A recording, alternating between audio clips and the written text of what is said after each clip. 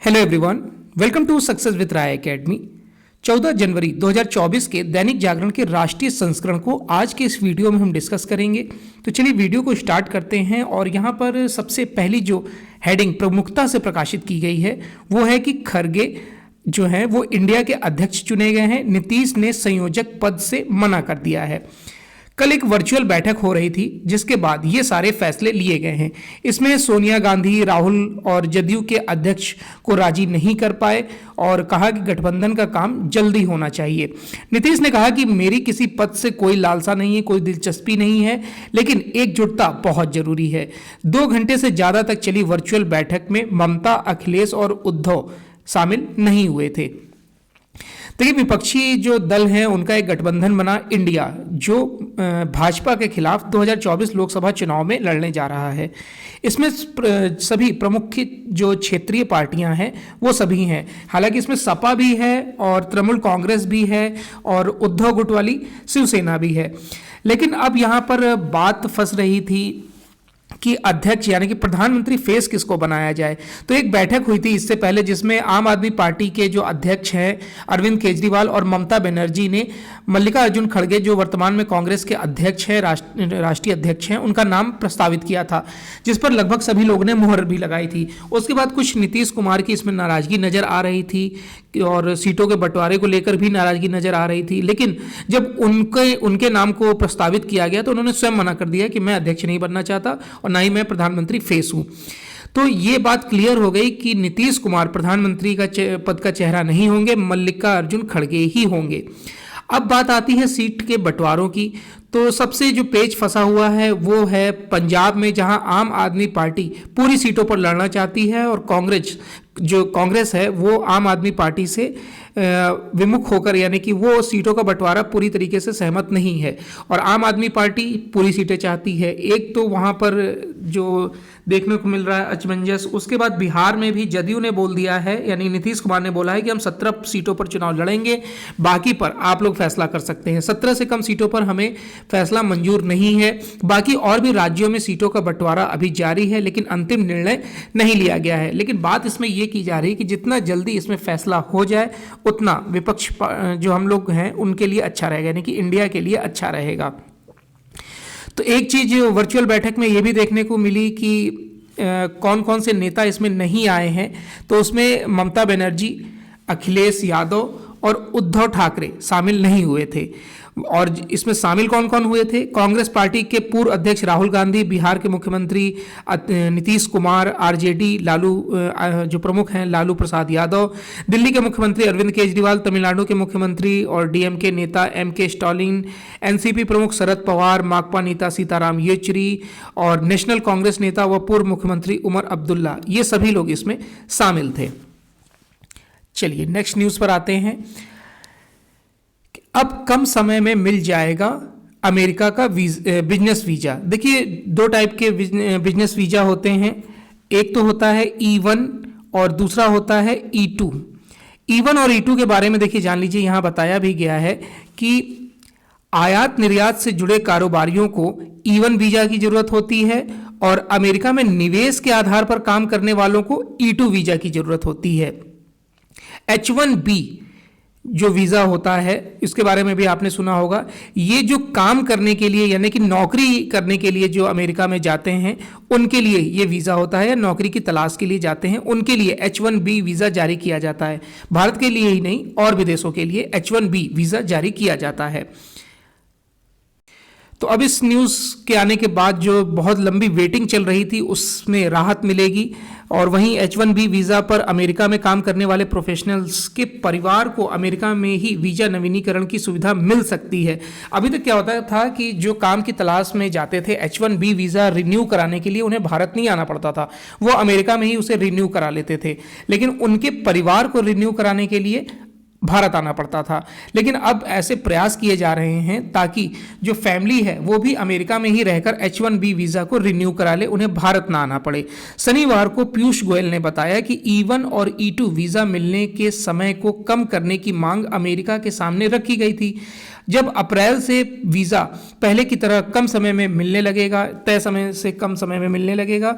छात्र वीज़ा में पहले से ही कोई दिक्कत नहीं है। उन्होंने कहा कि H1 वीज़ा के लिए प्रोफेशनल्स को वीज़ा नवीनीकरण के लिए अब भारत नहीं आना पड़ेगा। तो ये सब कुछ सुझाव अमेरिका के सामने रखे गए थे जो अमेरिका ने माने हैं। भारत ने अमेरिका के समक्ष प्रोफेशनल्स के परिवारों को भी यह सुविधा देने की मांग रखी थी और इस पर अमेरिका ने सकारात्मक आश्वासन दिया है। नेक्स्ट न्यूज़ पर आते हैं। देखिए, एक मामला आया है बंगाल में कि जो गंगा सागर जा रहे थे उत्तर प्रदेश के 3 साधुओं को बंगाल में भीड़ ने पीटा है और उनकी जान लेने की कोशिश की है। पुलिस और कुछ स्थानीय लोगों ने ही उन्हें बचाया भी है। पुलिस ने भीड़ से छुड़ाकर तीनों साधुओं की बचाई जान। 12 लोगों को इसमें गिरफ्तार किया गया है। इंटरनेट मीडिया पर वीडियो में छोड़ने की गुहार लगाते दिख रहे हैं साधु। और अमित मालवीय जो भाजपा के अध्यक्ष हैं, उन्होंने कहा है कि ममता बनर्जी के शासन में हिंदू होना अपराध है। घटना से आहत साधुओं ने रद्द कर दी है यात्रा और वापस लौट रहे हैं बरेली। देखिए, मकर संक्रांति के मौके पर बंगाल के गंगा सागर में स्नान करने जा रहे यूपी के 3 साधुओं को भीड़ ने निर्वस्त्र करके बुरी तरह से पीटा है। कुछ स्थानीय लोगों ने ही मौके पर पहुंचकर पुलिस की मदद से उन्हें छुड़ाया है। अब इसमें ये बोला जा रहा था कि जो ये तीनों साधु हैं उन पर बच्चों के अपहरण का आरोप लगाया गया और फिर इन्हें मारने की कोशिश की गई। हालांकि इन्हें बहुत पीटा गया है जैसा कि वीडियो वगैरह में दिखाया जा रहा है, लेकिन अब इसमें ये राजनीतिक माहौल बिगाड़ने की भी कोशिश की जा रही है क्योंकि इसको राजनीतिक रंग दिया जा रहा है और ये बताया जा रहा है कि जो बंगाल गवर्नमेंट है वो कहीं ना कहीं हिंदुओं के खिलाफ नजर आ रही है, साधु संतों पर अटैक कर रही है। और कोई अगर यात्रा पर जा रहा है, गंगा स्नान के लिए इत्यादि के लिए जा रहा है, तो भी वहाँ पर ममता गवर्नमेंट जो है उसे रोक रही है। अभी हाल ही में ईडी अधिकारियों पर जानलेवा हमला किया गया था जिसमें 3 ईडी अधिकारी गंभीर रूप से घायल भी हो गए थे, सीरियस थे। हालांकि कोई उसमें सबकी जान बच गई है, लेकिन मारा इस तरीके से गया था कि वो मर ही जाए। तो ईडी के अधिकारियों को भी मारा जा रहा है, दूसरी पार्टियों के नेताओं को मारा जा रहा है, साधु संतों को मारा जा रहा है। तो इस तरीके से पूरी बात ये समझ में आती है कि कोलकाता में लोकतंत्र एक तरीके से घटता जा रहा है, खत्म होता जा रहा है। नेक्स्ट न्यूज़ पर आते हैं। ऑपरेशन सर्वशक्ति से होगा राजौरी और पुंछ में आतंकियों का खात्मा। देखिए, जम्मू में व्हाइट नाइट कोर व कश्मीर में चिनार कोर का घेरा तोड़ना होगा कठिन। उत्तरी कमान के वरिष्ठ जो सैन्य अधिकारी हैं वो नियमित ऑपरेशन की निगरानी करेंगे। इसमें देखिए, आतंकवाद के खात्मे के लिए ऑपरेशन पीर का पहला चरण सर्वशक्ति शुरू हो गया है। इस ऑपरेशन में राजौरी और पुंछ में पीर पंजाल से सटे इलाकों में सक्रिय आतंकवादियों और उनके ठिकानों पर प्रहार होगा। नगरोटा में सेना की व्हाइट नाइट कोर के अलावा श्रीनगर स्थित चिनार कोर भी ऑपरेशन में शामिल होगी। उत्तरी कमान के वरिष्ठ सैन्य अधिकारी नियमित ऑपरेशन की निगरानी भी करेंगे। राजौरी और पुंछ में अगर हम बात करें तो लगातार जो पिछले 4 वर्ष रहे हैं उसमें आतंकवादी घटनाएं बढ़ती जा रही हैं।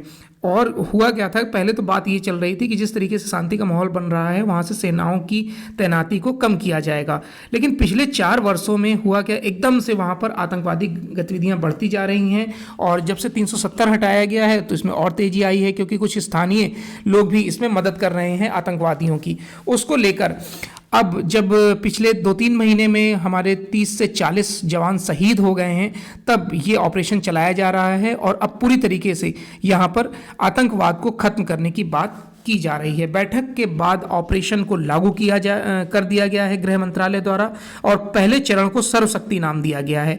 यह ऑपरेशन पूरी तरह से आतंकियों और उनके ठिकानों को नष्ट करने पर केंद्रित होगा। यह 2 तरह से चलेगा। पीर पंजाल के बाएं तरफ सेना की चिनार कोर के तत्वाधान में सेना के जवान सोपिया और कुलग्राम में पीर पंजाल से सटे इलाकों में अभियान चलाएंगे और धीरे धीरे आगे बढ़ेंगे।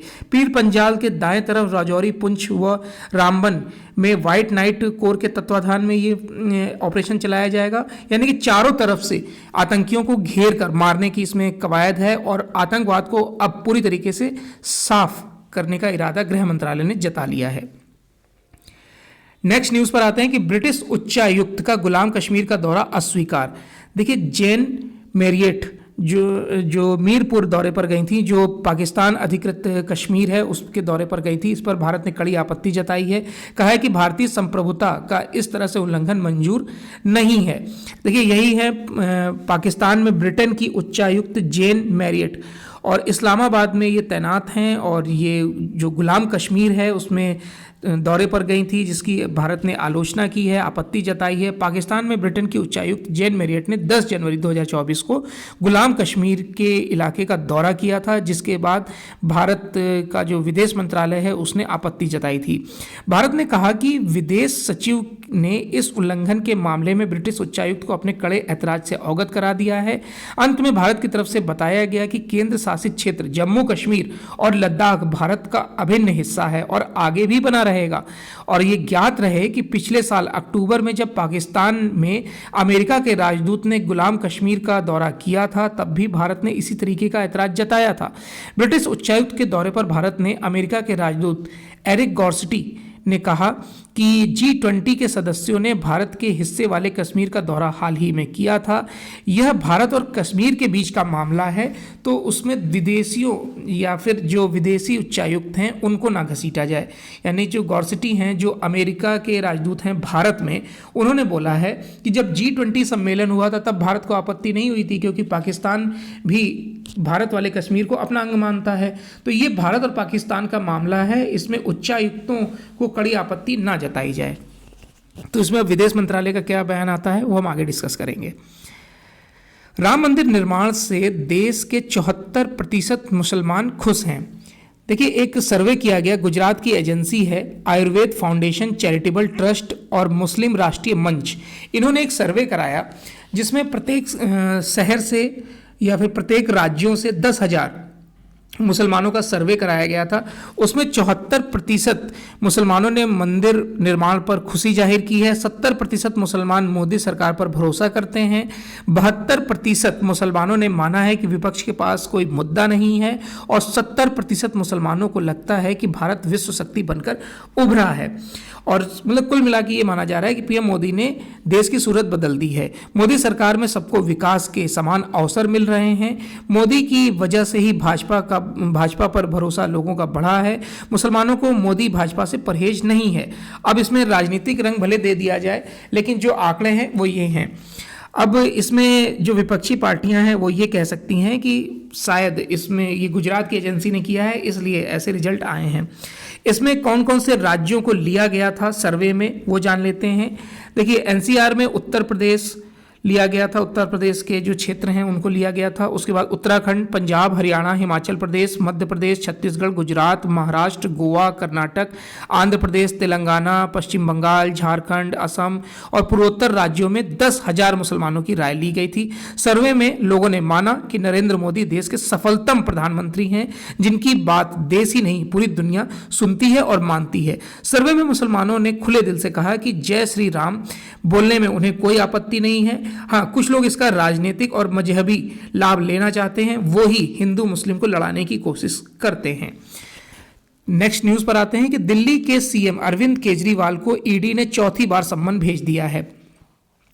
पहला सम्मन इन्हें भेजा गया था अप्रैल 2023 में, उसके बाद भेजा गया नवंबर 2023 में, फिर भेजा गया इन्हें जनवरी 2024 में, और अब फिर से इन्हें 18 जनवरी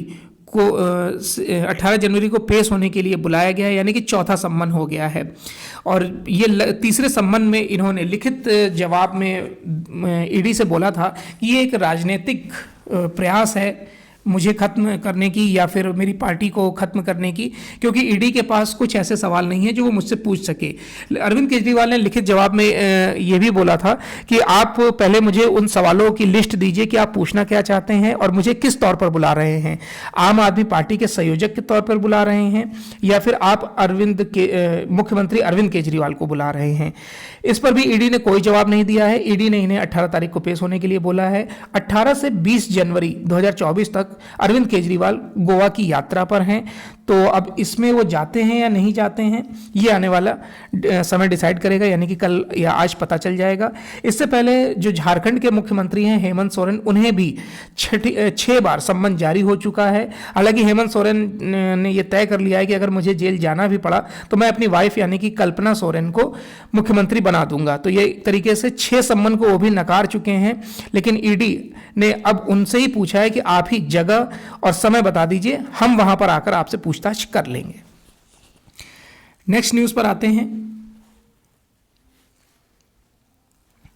देखिए, दिल्ली में पतंग उत्सव का आयोजन हुआ है, जैसा गुजरात में होता है वैसा ही, जहां पर जो सांस्कृतिक राज्य मंत्री हैं मीनाक्षी लेखी वो थी, वीके सक्सेना जो एलजी हैं दिल्ली के, और गौतम गंभीर, इन लोगों ने हिस्सा लिया और पतंगबाजी का लुत्फ उठाया है। नेक्स्ट न्यूज़ पर आते हैं। इंपॉर्टेंट न्यूज़ को ही डिस्कस करेंगे हम। तो ये देख लेते हैं कि क्यूआर कोड और ऐप के जरिए सुरक्षा होगी पुख्ता। अयोध्या के रामलला के विग्रह की प्राण प्रतिष्ठा और गणतंत्र दिवस की सुरक्षा को लेकर किया गया फैसला। क्यूआर कोड स्कैन कर कर्मियों को मिलेगी जानकारी। तय जोन छोड़ने पर कंट्रोल रूम को बताना होगा और सूचित करना होगा।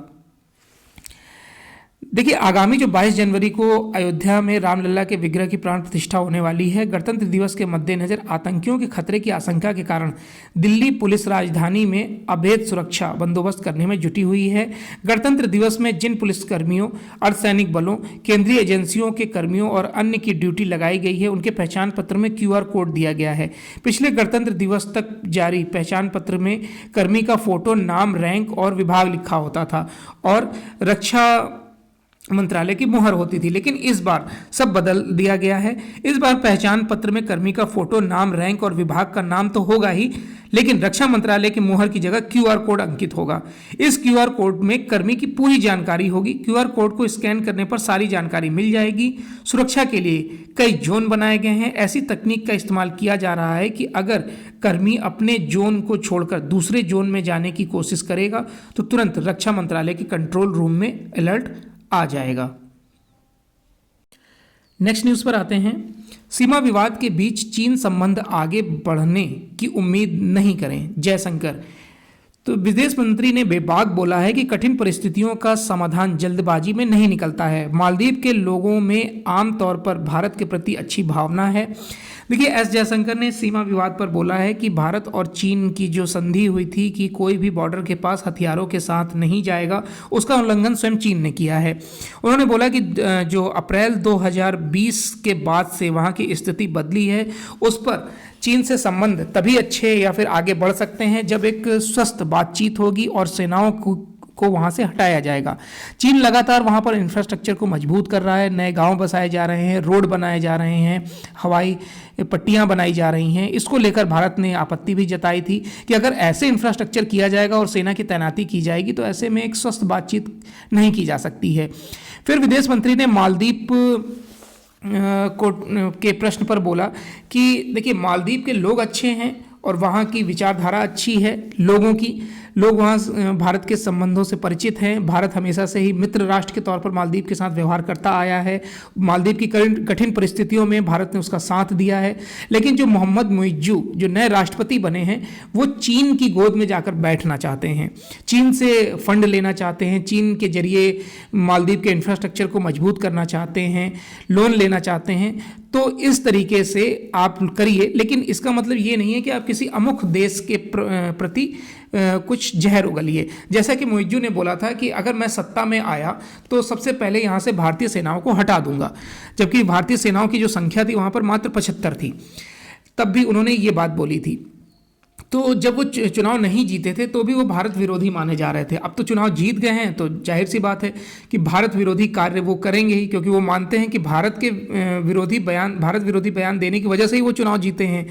तो इस पर भी ये बोला गया है कि मालदीव से संबंध अच्छे हैं, लेकिन अगर सत्ता परिवर्तन हुआ है तो भी उस पर बातचीत जारी रहेगी कि संबंध अच्छे बने रहें। नेक्स्ट न्यूज़ पर आते हैं कि एनसीआर से बाहर वालों को भी प्रदूषण मुक्त रहने का अधिकार। देखिए, दिल्ली हाईकोर्ट ने एक स्टेटमेंट दिया था और ये सुप्रीम कोर्ट ने कहा कि एनसीआर के अलावा देश के अन्य हिस्सों में रहने वाले नागरिकों को भी प्रदूषण मुक्त वातावरण में रहने का मौलिक अधिकार है, जिसकी गारंटी संविधान के अनुच्छेद 21 में दी गई है। जस्टिस अभय एस ओका और जस्टिस पंकज मित्तल की पीठ ने कहा है कि राष्ट्रीय हरित न्यायाधिकरण यानी कि एनजीटी का यह कहना पूरी तरह से अनुचित है कि राष्ट्रीय राजधानी क्षेत्र यानी एनसीआर में प्रदूषण को नियंत्रित करने के लिए डीजल वाहनों को दिल्ली के आसपास किसी अन्य ओसीडी यानी कि आईसीडी यानी इनलैंड कंटेनर डिपो की तरफ मोड़ दिया जाए। यानी कि एनसीआर को प्रदूषण से बचाने के लिए आप डीजल वाहनों को एनसीआर में तो प्रवेश नहीं करने दे रहे हैं, लेकिन आप कह रहे हैं कि आप कहीं और किसी और दूसरे रास्ते से होते हुए जाएं। तो यानी कि आप वहाँ के लोगों को तो बचा रहे हैं, लेकिन दूसरे जो राज्य के लोग हैं या जो दूसरी जगह के लोग हैं उनको प्रदूषण में ढकेल रहे हैं। तो इस पर सुप्रीम कोर्ट ने आपत्ति जताई कि ये जो अधिकार है, संवैधानिक अधिकार स्वतंत्रता का 21, वो अनुच्छेद 21, उसका आप उल्लंघन कर रहे हैं। आप खुद स्वस्थ रहने के लिए दूसरे को अस्वस्थ नहीं कर सकते हैं, इसलिए कोई और इसका रास्ता निकाला जाना चाहिए। तो इस न्यूज़ में इतना ही था। नेक्स्ट न्यूज़ पर आते हैं कि बीआरओ के दैनिक वेतन भोगियों के लिए अब 10 लाख का बीमा। अभी तक क्या होता था कि देखिए, दुर्गम क्षेत्रों में जो जोखिम भरा सामना करके परियोजनाओं में काम करते हैं, चाहे वो सीमा संगठन, सड़क संगठन हो यानी कि बीआरओ हो, उसमें जो दैनिक वेतन भोगी होते हैं यानी कि डेली बेसिस पे जो कार्य करते हैं, उनको टर्म बीमा योजना के तहत लाने का प्रस्ताव रक्षा मंत्री ने जारी कर दिया, यानी स्वीकृति दे दी है। अब उनकी अगर कार्य करते हुए मृत्यु हो जाती है तो उन्हें 10 लाख, उनके परिवार को 10 लाख रुपए इसमें दिए जाएंगे। अभी तक क्या होता था कि अगर उनकी मृत्यु हो जाती थी तो अंतिम संस्कार और इत्यादि के लिए, परिवहन के लिए उन्हें 1,000 रुपये दिया जाता था, जिसको बढ़ाकर 10,000 कर दिया गया था, और तत्काल मामले में 50,000 रुपये की सहायता दी जाती थी। अब इसको बढ़ाकर अगर मृत्यु हो जाती है या कोई हताहत हो जाता है तो उसे 10 लाख रुपये की राशि प्रदान की जाएगी। तो ये एक अच्छा इनिशिएटिव माना जाएगा। नेक्स्ट न्यूज़ पर आते हैं। उत्तराखंड में टिहरी झील समेत 5 जलाशयों में सी प्लेन उड़ाने की है तैयारी। देखिए, केंद्रीय टीम ने प्रदेश के 5 स्थानों को पाया है उपयुक्त। उत्तराखंड में अब सी प्लेन उड़ाने की योजना पर आगे काम बढ़ाया जा रहा है। इस कड़ी में प्रदेश सरकार ने केंद्र को टिहरी झील समेत सभी 5 जलाशयों की रिपोर्ट भेजी है। मौका मुआयना करने आई केंद्र की टीम ने भी इन स्थानों को सी प्लेन उतारने के लिए उपयुक्त पाया है। जिन 5 स्थानों पर सी प्लेन प्रस्तावित है उसमें देखिए यहाँ लिखा गया है टिहरी झील, नानकमता बांध, हरिपुरा जलाशय, तुमरिया बैराज और ऋषिकेश बैराज, ये शामिल है। तो यहाँ पर सी प्लेन देखने को, यानी कि पर्यटन को और बढ़ावा देने की यहाँ पर कोशिश की जा रही है। केंद्र ने गत वर्ष इस योजना को सागर माला परियोजना के अंतर्गत शामिल किया था। इसके तहत देश के विभिन्न राज्यों में सी प्लेन संचालन किया जाना प्रस्तावित है। उत्तराखंड ने इस योजना के तहत 5 स्थानों पर सी प्लेन उतारने का प्रस्ताव केंद्र को दिया था, जिस पर केंद्र की टीम ने इन स्थानों का निरीक्षण करके मुहर लगा दी है। नेक्स्ट न्यूज़ है, देखिए 15 जनवरी को सेना दिवस मनाया जाता है और उसमें शनिवार को राष्ट्रीय युद्ध स्मारक दिवस पर श्रद्धांजलि अर्पित करने पहुंचे हमारे chief of defence staff general Anil Chauhan, सेना प्रमुख जनरल मनोज पांडे, नौसेना प्रमुख एडमिरल आर हरि कुमार और वायुसेना प्रमुख air chief marshal VR Chaudhari. तो ये याद रखिएगा कि 15 जनवरी को भारतीय सेना दिवस मनाया जाता है। नेक्स्ट न्यूज़ है, बिनॉन्स, कुकोइन जैसी शीर्ष क्रिप्टो एजेंसियों की वेबसाइटें ब्लॉक कर दी गई हैं। मनी लॉन्ड्रिंग कानून के उल्लंघन पर एक्सचेंजों को भेजा गया था नोटिस। कानून का पालन न करने पर URL ब्लॉक करने का दिया गया था आदेश। केंद्र सरकार ने बिनॉन्स, कुकोइन और ओकेक्स जैसे कुछ जो शीर्ष वैश्विक क्रिप्टो करेंसी एक्सचेंजों की वेबसाइटों को भारत में ब्लॉक कर दिया है। यह कदम सरकार द्वारा इन वेबसाइटों की ओर से देश के मनी लॉन्ड्रिंग कानून का पालन नहीं करने के चलते 12 जनवरी को उठाया गया है। इससे पहले इन क्रिप्टो करेंसी यानी क्रिप्टो एक्सचेंज को कारण बताओ नोटिस भेजा गया था। पिछले साल 28 दिसंबर को भारत में अवैध रूप से संचालन के लिए बिनॉन्स, कुकोइन जैसे कई बिटकॉइंस जो ऐप हैं उनको नोटिस भेजा गया था, लेकिन उन्होंने कोई कार्रवाई नहीं करी, तो अब इसको ब्लॉक कर दिया गया है क्योंकि भारत में बिटकॉइन को पूरी तरीके से अवैध माना जाता है। नेक्स्ट न्यूज़ पर आते हैं। INS चीता, INS गुलदार और INS कुंभीर 40 साल बाद सेवा मुक्त कर दिए गए हैं। तीनों युद्धपोत का निर्माण पोलैंड के पोतनोविक श्रेणी के जहाजों के रूप में किया गया था। एक ही श्रेणी के 3 युद्धपोतों को एक ही दिन एक साथ किया गया सेवा मुक्त। भारतीय नौसेना के युद्धपोत INS चीता, गुलदार और कुंभी को 4 दशकों की सेवा के बाद सेवा मुक्त कर दिया गया। रक्षा मंत्रालय ने कहा कि डीकमीशनिंग कार्यक्रम शुक्रवार को पोर्ट ब्लेयर में आयोजित किया गया था, जिसमें सूर्यास्त के समय तीनों युद्धपोतों के राष्ट्रीय ध्वज, नौसेना पताका और डीकमीशनिंग जो प्रतीक हैं को अंतिम बार नीचे उतारा गया। यह कार्यक्रम इसलिए भी महत्वपूर्ण था क्योंकि एक ही श्रेणी के 3 युद्धपोतों को एक ही दिन में एक साथ सेवा मुक्त कर दिया गया। INS चीता, गुलदार और कुंभी का निर्माण पोलैंड के गिडिनिया शिपयार्ड के सहयोग से किया गया था और इन युद्धपोतों को क्रमशः 1984, 1985 और 1986 में भारतीय सेना में शामिल किया गया था। जहाज़ों के कमांडिंग अफसर क्रमशः commander VB Mishra, lieutenant commander SK Singh और लेफ्टिनेंट कमांडर J बनर्जी थे। तो 3 जो युद्धपोत हैं और हमारे रिटायर हो गए हैं क्योंकि लगातार नए एडवांस टेक्नोलॉजी वाले युद्धपोतों को नौसेना में शामिल किया जा रहा है। दिव्यांगता पेंशन न देकर अपील करने को लेकर रक्षा मंत्रालय को फटकार। देखिए, सशस्त्र बल न्यायाधिकरण के आदेश के खिलाफ अपील का था मामला। हाईकोर्ट ने कहा है कि मंत्रालय पर क्यों ना लगाया जाए 10 लाख का जुर्माना। देखिए, पंजाब एवं हरियाणा हाईकोर्ट ने सशस्त्र बल न्यायाधिकरण के आदेशों के बाद भी कई मामलों में दिव्यांगता पेंशन न देने व आदेश के खिलाफ अपील दायर करने पर रक्षा मंत्रालय को फटकार लगाई है।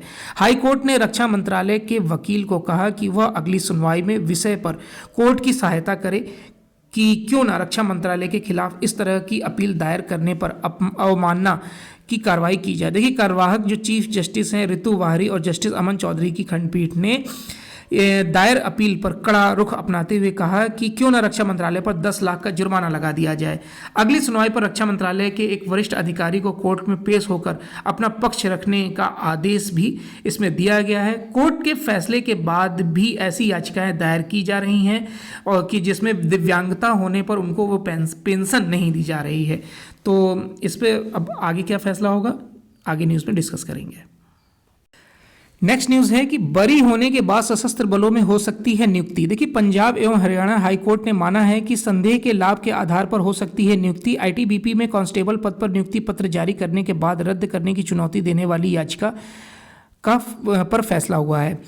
देखिए, दीपक कुमार के एक याचिका डाली थी। दीपक कुमार के जो पिता हैं वो 1989 में ITBP में कांस्टेबल के रूप में शामिल हुए थे 1989 में। फिर 1996 में नौकरी के दौरान उनका निधन हो गया। 2012 में दीपक ने अनुकंपा के आधार पर नियुक्ति की मांग की, लेकिन 2018 में हुआ क्या कि उस पर दुष्कर्म का आरोप लग गया। 1 साल बाद उसे बरी कर दिया गया, यानी दुष्कर्म के आरोप से बरी कर दिया गया, लेकिन उसको इसी आधार पर नियुक्ति नहीं दी गई कि तुम पर मुकदमा चल रहा था और तुम पर यह आरोप लगा था। 2022 में केंद्र ने कुमार को दोबारा नियुक्ति पत्र जारी किया। नियुक्ति प्रक्रिया के दौरान उन्होंने आपराधिक मामले और खुद के बरी होने के बारे में जानकारी दी थी, तब भी उन्हें नोटिस जारी करके इस पद से हटा दिया गया था। तो अब पंजाब एवं हरियाणा हाईकोर्ट ने साफ तौर पर कह दिया है कि संदेह के आधार पर जब आपको रिहा कर दिया गया है, यानी कि दीपक कुमार को रिहा कर दिया गया है, तो उनकी नियुक्ति नहीं रोकी जा सकती है। नेक्स्ट पेज पर आते हैं, वो जो है एडिटोरियल पेज, और एडिटोरियल पेज में आज आर्टिकल लिखा गया है राम मंदिर पर कांग्रेस का अचमंजस। इस आर्टिकल को हमने 2 दिन पहले भी डिस्कस किया था कि कांग्रेस किस तरीके से आत्मघाती होती जा रही है राम मंदिर निर्माण को लेकर, और वो बयानबाजी कर रही है, इसे राजनीतिक माहौल बता रही है, राजनीतिक माहौल बनाने की कोशिश कर रही है। वो ये बोल रही है कि अर्ध मंदिर को में प्राण प्रतिष्ठा नहीं हो सकती है। तो इस तरीके का आर्टिकल लिखा गया है। हालांकि आर्टिकल ये इंपॉर्टेंट नहीं है क्योंकि इस टाइप के आर्टिकल हम पहले भी डिस्कस कर चुके हैं। इसमें सिर्फ इतना बताया जा रहा है कि अभी तक राहुल गांधी मंदिर मंदिर जाकर जनेऊ धारण करते थे, टीका लगाते थे और बोलते थे कि मैं ब्राह्मण हूँ, मैं हिंदू हूँ। तो फिर राम मंदिर के निर्माण में कांग्रेस पार्टी को जाने से परहेज क्यों है? इसलिए क्योंकि वो भाजपा के काल में बन रहा है या फिर वो भाजपा को श्रेय नहीं देना चाहती है। ये सब बातें इस आर्टिकल में लिखी गई हैं जो एग्जाम के पॉइंट ऑफ व्यू से इंपॉर्टेंट नहीं है। दूसरा आर्टिकल है ठंड के मौसम में नहाने की चुनौती। ये वाकई में सबके लिए चुनौती होती है ठंड में नहाना। तो ये एक हास्य व्यंग है। हालांकि सर्दी में थोड़ा सा नहाने में दिक्कत तो होती ही है, तो इसको स्किप करते हैं और नेक्स्ट पेज पर आते हैं जो है बिजनेस पेज। बिजनेस पेज में पहली न्यूज़ है कि प्याज, गेहूं और चीनी के निर्यात पर जारी रहेगा प्रतिबंध। देखिए, उपभोक्ता मामलों के जो मंत्री हैं पीयूष गोयल, उन्होंने कहा है कि घरेलू बाजार में चावल की बढ़ती कीमतों की भी समीक्षा होगी। खाद्य महंगाई को लेकर सरकार पूरी तरीके से सचेत है। केंद्रीय मंत्री ने बोला है कि किसान हित में जमकर प्याज की खरीदारी की जा रही है ताकि जो इनकी दर है यानी कि इनका जो प्राइस है उसको नियंत्रित रखा जाए। घरेलू स्तर पर गेहूं का अधिक स्टॉक होने पर ही निर्यात किया जाएगा। 2.69% रही है दिसंबर 2023 के दौरान खुदरा महंगाई दर। 9.53% थी खाद्य पदार्थों की महंगाई की दर पिछले महीने। तो अगर जब तक इनके प्राइस नियंत्रित नहीं हो जाते हैं तब तक इनका निर्यात नहीं किया जाएगा, क्योंकि प्याज, गेहूं और चीनी प्रमुख तौर पर भारत दूसरे देशों में निर्यात करता है। लेकिन जिस तरीके से लगातार प्याज के दाम बढ़ने की कवायद चल रही है, बढ़ाने की कवायद चल रही है व्यापारियों द्वारा, तो इसको नियंत्रित करने के लिए ही निर्यात को पूरी तरीके से रोक दिया गया है। नेक्स्ट न्यूज़ पर आते हैं। डेस्कटॉप समेत कई उत्पादों के आयात पर कोई प्रतिबंध नहीं। देखिए, सरकार ने स्पष्ट किया है कि डेस्कटॉप कंप्यूटर समेत कई निश्चित हार्डवेयर उत्पादों के आयात पर किसी भी प्रकार का प्रतिबंध नहीं है। सीमा शुल्क प्राधिकरणों और उद्योगों को भेजे गए सर्कुलर में विदेश व्यापार महानिदेशालय की ओर से कहा गया है कि केवल laptop, all in one personal computers, ultra small form factor computers व जो और भी जो इलेक्ट्रॉनिक सामान हैं उन पर आयात का कोई प्रतिबंध नहीं लगाया गया है। क्योंकि इनके प्राइस को नियंत्रित रखना चाहते हैं और लोगों को ज़्यादा विकल्प मिलेंगे। 10% तक रेट बढ़ सकते हैं अगर आप 5G यूज़ करते हैं डाटा प्लान, क्योंकि अब तो लत लग गई होगी 5G की। तो अब कंपनियां अपने उस पे आ गई हैं कि 5 से 10% तक प्राइस बढ़ाए जाएंगे और जो तीसरी तिमाही है सितंबर 2024 वाली, उसमें ये बढ़े हुए प्राइस आपको मिलेंगे और ये 20% आप मान के चलिए कि प्राइस बढ़ेंगे, क्योंकि जितना इन्होंने इन्वेस्ट किया है उससे आपसे ही तो रिकवर करेंगे वो। रबी सीजन में रिकॉर्ड 16 लाख टन मसूर की पैदावार का अनुमान जताया गया है। इससे पहले यानी कि वित्त वर्ष 2022-23 में ये पैदावार 15.5 लाख टन थी, जो अब 2023-24 में 16 लाख टन के सर्वकालिक उच्च स्तर पर पहुंच सकती है। वैश्विक दाल कन्फेडरेशन की ओर से शुक्रवार को आयोजित एक कार्यक्रम में रोहित कुमार सिंह ने बताया कि हमारा जो मसूर बुआई का रकबा बढ़ गया है, इसके चलते मसूर उत्पादन दुनिया में सबसे ज़्यादा हो रहा है। नेक्स्ट न्यूज़ है इंटरनेशनल पेज से, जिसमें यमन पर फिर से बरसी हैं मिसाइलें। टॉम हॉक क्रूज मिसाइलें दागी गई हैं अमेरिका की तरफ से, और यमन पर इसलिए ये बरसाई जा रही हैं क्योंकि आपको पता होगा कि हाउती जो है उसने जो अरब सागर और लाल सागर में मालवाहक विमान हैं उनको टारगेट किया था, ड्रोन से हमले किए थे, रॉकेट लॉन्चर से हमले किए गए थे। तो उस जो मार्ग है समुद्र का उसको बाधित करने की कोशिश इसमें की गई थी। उसके बाद कल ब्रिटेन और अमेरिका ने मिसाइलें दागी थी और आज अमेरिका ने इसमें लगातार मिसाइलें दागी हैं, और ये टॉम हुक क्रूज वही मिसाइलें हैं जो 2003 में इराक पर दागी गई थी। अब आते हैं मोहम्मद मुइज्जू के उस स्टेटमेंट में जिन्होंने बोला है कि हम छोटे जरूर हैं पर कोई धौंस न जमा है। हालांकि उन्होंने किसी देश का नाम नहीं लिया, वो 5 दिवसीय चीन के दौरे से लौटे हैं और उन्होंने बोला है कि हमारा जो क्षेत्र है हम छोटे जरूर हैं क्षेत्र के मामले में, जनसंख्या के मामले में, आर्थिक दृष्टिकोण से, लेकिन कोई हम पर धौंस ना जमाए। जाहिर सी बात है टारगेट भारत की तरफ था। और उन्होंने बोला है कि पर्यटन इतना प्रभावित नहीं होगा जितना मीडिया में दिखाया जा रहा है या फिर दूसरे देशों के द्वारा बोला जा रहा है कि मालदीव का पर्यटन बर्बाद हो जाएगा। मालदीव अपनी आर्थिक गतिविधियों को जारी रखेगा, ऐसा उन्होंने बोला है। बाकी ये हमास और इजराइल युद्ध को हम स्किप करेंगे। ताइवान के राष्ट्रपति चुनाव में लाई चिंग ते को फिर से मिली है जीत। ताइवान के मतदाताओं ने चीन को दिया है झटका, सत्तारूढ़ पार्टी को वोट कर तीसरा कार्यकाल सौंप दिया है। 40% वोट मिले हैं उन्हें। ताइवान के राष्ट्रपति चुनाव में वोटरों ने चीन को दरकिनार यानी उनकी धमकी को दरकिनार करते हुए डेमोक्रेटिक प्रोग्रेसिव पार्टी यानी कि डीपीपी के उम्मीदवारों को जिता दिया है। और ताइवान पर हमेशा से ही चीन अपना प्रभुत्व मानता है और अपना अंग बताता है, लेकिन भारत ताइवान को स्वतंत्र राष्ट्र, अमेरिका स्वतंत्र राष्ट्र के तौर पर, इसे ब्रिटेन या यूरोपीय कंट्री स्वतंत्र राष्ट्र के तौर पर देखती हैं।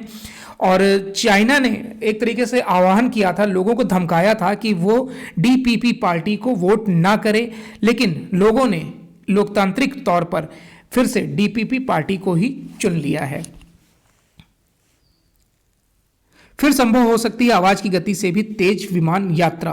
देखिए, नासा लॉकहीड ने लॉन्च किया है सुपरसोनिक विमान X-59। आवाज की गति से 1.4 गुना रफ्तार से उड़ान भर सकता है यह विमान। अब आवाज की गति से भी तेज विमान यात्रा फिर से संभव हो सकती है। अमेरिकी अंतरिक्ष एजेंसी नासा और एरोस्पेस क्षेत्र की प्रमुख कंपनी लॉकहीड मार्टिन ने सुपरसोनिक विमान X-59 को लॉन्च कर दिया है। इससे नई पीढ़ी के वाणिज्य विमानों का मार्ग प्रशस्त हो गया है, जिसमें ध्वनि की गति से भी तेज यात्रा फिर से संभव हो सकती है। और रूस ने फिर से यूक्रेन पर हमला किया है। और अमेरिका में एशियाई मूल के वोटरों की संख्या तेजी से इसलिए बढ़ रही है क्योंकि वहां पर कामकाज के लिए जो जा रहे हैं लोग, वहीं पर बसते जा रहे हैं। और इस न्यूज़ में ऐसा कुछ नहीं है। तो ये आज का यानी 14 जनवरी 2024 का दैनिक जागरण का राष्ट्रीय संस्करण था। आज संडे था, इसलिए न्यूज़ में भी जैसे एडिटोरियल पेज में भी एक हास्य व्यंग होता है और एक राजनीतिक आर्टिकल लिया जाता है। तो एडिटोरियल पेज पर भी कोई इंपॉर्टेंट आर्टिकल नहीं था। तो ये वीडियो कैसा लगा आपको ज़रूर बताइएगा। वीडियो देखने के लिए धन्यवाद।